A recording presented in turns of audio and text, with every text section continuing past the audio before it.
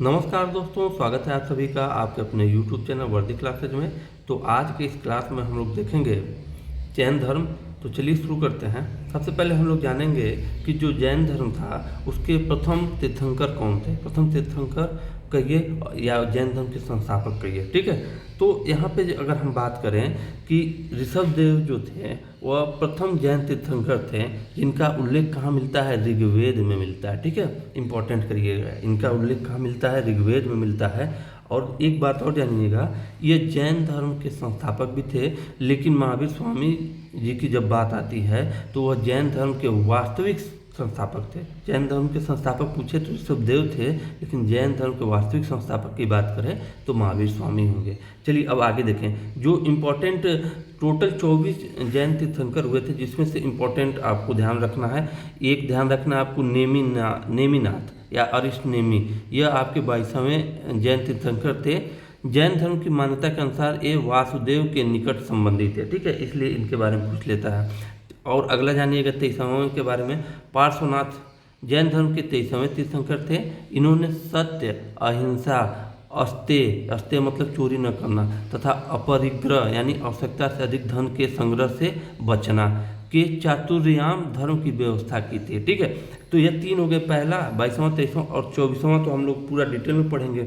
23वें तीर्थंकर पार्श्वनाथ का जन्म वाराणसी में महावीर स्वामी से 250 वर्ष पहले 850 ईसा पूर्व में हुआ था। इस चीज़ को ध्यान रखें।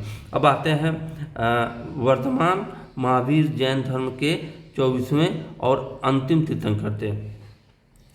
वर्धमान महावीर जैन धर्म के क्या थे, आपके 24वें और अंतिम तीर्थंकर थे, यह है। अब इसमें देखिए प्रश्न क्या पूछेगा कि जो जैन धर्म के पहले तीर्थंकर यानी ऋषभ देव थे, ठीक है, उनका प्रतीक चिन्ह पूछेगा तो आप क्या बताएंगे, बैल। उनका प्रतीक चिन्ह क्या था, बैल, ध्यान रखिएगा। उसके बाद आप लोग याद रखिएगा 22वें का, जो 22वें का प्रतीक चिन्ह था वो आपका यानी नेमिनाथ का, ठीक है, क्या था आपका, शंख। और 23वें पार्श्वनाथ की बात करें तो उनका था आपका सर्प, ठीक है, उनका क्या था, सर्प। तो आप ध्यान रखिएगा, पहले का बैल, ठीक है, दूसरे का 22वें का शंख, तीसरे और 23वें का आपका सर्प। अब चलते हैं, हम डिटेल में पढ़ेंगे वर्धमान महावीर यानी महावीर स्वामी के बारे में।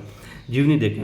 वर्धमान महावीर का जन्म 599 ईसा पूर्व में वैशाली के कुंड ग्राम, ठीक है, में हुआ था। वर्धमान महावीर के पिता सिद्धार्थ, जो कि वज्जी संघ के लिच्छवी कुल के शासक थे। इनकी माता का नाम त्रिशला था। माता त्रिशला वैशाली के लिच्छवी गणराज्य के प्रमुख चेटक की बहन थी। इनके बड़े भाई का नाम नंदीवर्धन था। इनकी पत्नी का नाम यहाँ पे क्या था, यशोदा था, एवं इनकी पुत्री का नाम अन्योजा प्रियदर्शना था, ठीक है, या प्रियदर्शनी कह सकते हैं। और एक किस शासक का नाम आपको अभिलेखों में प्रियदर्शनी देखने को मिलेगा, तो अशोक का। प्रियदर्शना का विवाह जमाली से हुआ था। जमाली यानी कि महावीर स्वामी के क्या हो गए, आपके दामाद, जो बाद में महावीर स्वामी का अनुयायी बन गया, ठीक है, इनके फॉलोअर बने। महावीर ने 30 वर्ष की अवस्था में गृह त्याग दिया तथा 12 वर्षों की कठिन तपस्या के बाद जिरंभिक ग्राम के नजदीक ऋजुपालिका नदी के तट पर साल वृक्ष के नीचे उन्हें कैवल्य की प्राप्ति हुई। कैवल्य यानी ज्ञान की, देखिए कैवल्य मतलब यहाँ ज्ञान प्राप्ति। कैवल्य की प्राप्ति के बाद महावीर जो थे वो केवलिन का जीन यानी विजेता, अहर, योग्य, निग्रंथ, बंधन रहित कहलाए, जब उनको ज्ञान की प्राप्ति हो गई। अच्छा, जैन धर्म के 5 महाव्रत हैं, कौन कौन सा, अहिंसा, सत्य, अस्तेय, अपरिग्रह, 4 तो पहले ही थे, इन्होंने एक 5वां उसमें ऐड कर दिया था, ब्रह्मचर्य यानी इंद्रिय निग्रह करना। इसमें शुरुआत के 4 जो व्रत थे वो पार्श्वनाथ के समय से ही चल रहे थे, जबकि 5वां व्रत जो था वो महावीर स्वामी ने क्या कर दिया था, जोड़ दिया था। महावीर ने अपने उपदेश प्राकृत भाषा में दिए। वहीं अगर गौतम बुद्ध की बात करें तो वो पाली भाषा में दे रहे थे। महावीर के प्रथम अनुयायी उनके जमाता जमाली थे। जमाता मतलब क्या हो गया, उनके दामाद। उनके दामाद कौन, जमाली बने। महावीर ने अपने अनुयायियों को 11 गढ़ों या समूहों में बांटा था तथा प्रत्येक गढ़ को एक एक प्रमुख शिष्य यानी गढ़धर के नेतृत्व में रखा गया। जैन धर्म के 3 रथ, सम्यक ज्ञान, सम्यक चरित्र तथा सम्यक दर्शन है, ठीक है। ये जैन धर्म में मोक्ष के लिए 3 साधन है। आगे देखें। प्रभासगिरी उत्तर प्रदेश के कौशाम्बी में स्थित जैन तीर्थ स्थल है। अब देखिएगा यहाँ आ गया कहाँ पे? उत्तर प्रदेश का कौशाम्बी। तो ये जो कौशाम्बी है उत्तर प्रदेश का, ये जैन धर्म और बौद्ध धर्म दोनों के लिए इम्पोर्टेंट है, इसको याद रखिएगा। जैन धर्म की शिक्षाएं देख लेंगे। अहिंसा जैन धर्म का आधारभूत बिंदु है। जैन दर्शन की सबसे महत्वपूर्ण अवधारणा यह है कि संपूर्ण विश्व प्राणवान है। यह संसार 6 द्रव्यों से मिलकर बना है: जीव, पुद्गल यानी तत्व, धर्म यानी गति, अधर्म यानी विश्राम, आकाश और काल से निर्मित है। पार्श्वनाथ ने 3 सफ़ेद वस्त्र धारण करने का प्रावधान किया, किंतु महावीर ने सांसारिकता से पूर्ण रूपेण अनासक्ति के लिए नग्नता आवश्यकता माना। ठीक है। स्यादवाद या सप्तभंगी नय जैन धर्म का महत्वपूर्ण दर्शन है, जो ज्ञान की सापेक्षता की बात करता है। जैन धर्म को चंद्रगुप्त मौर्य, महापद्म नंद, अमोघ वर्ष तथा खारवेल जैसे शासकों का क्या था? संरक्षण प्राप्त था। और इसी चंद्रगुप्त मौर्य ने क्या है? जैन धर्म को अपनाया था और संलेखना या संथारा पद्धति से आपका इन्होंने क्या किया था? अपना प्राण की त्याग की थी। जैन धर्म का प्राचीनतम साहित्य पूर्व काल आता है, जिसकी संख्या 14 थी। बाद में इसका संकलन आगम के रूप में हुआ, जिसकी संख्या कितनी हो गई? 46। प्रमुख जैन ग्रंथ कौन सा है? हेमचंद्र रचित परशिष्ट पर्वन और हरिभद्र सूरि रचित है अनेकांत विजय। वर्धमान महावीर को 527 ईसा पूर्व में राजगीर के समीप पावापुरी में मल्ल राजा के राजप्रसाद में निर्वाण प्राप्त हुआ, यानी मृत्यु को प्राप्त हो गया। महावीर स्वामी के निर्वाण के पश्चात जैन धर्म 2 संप्रदायों में बढ़ गया।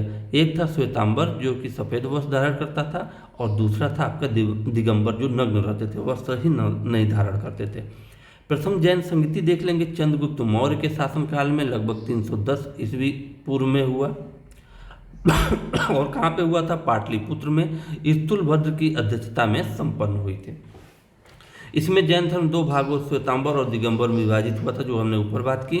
और द्वितीय जैन संगीति की बात करें तो गुजरात के वल्लभी नामक स्थान पर क्षमा श्रवण की अध्यक्षता में 6वीं शताब्दी में संपादित हुई। और इसी सम्मेलन में प्राकृत भाषा में जैन ग्रंथों का क्या हुआ था? आपका संकलन हुआ था, इसको ध्यान रखेंगे। प्रथम जैन संगीति में 12 अंगों में जैन सिद्धांतों का संकलन किया गया था। अब हम देखेंगे जो महावीर स्वामी थे, उनके अन्य नाम निग्रंथ कहा गया था, सभी बंधनों से मुक्त। अरिहंत कहा गया था, योग। जीनसेन कहा था, जीन मतलब इंद्रियां, इंद्रियों पर विजय प्राप्त करने वाला। महावीर कहा गया था पराक्रम दिखाने के कारण। कासव कहा गया था इनके गोत्र के कारण। ठीक है। अब जैन साहित्य देख लीजिए।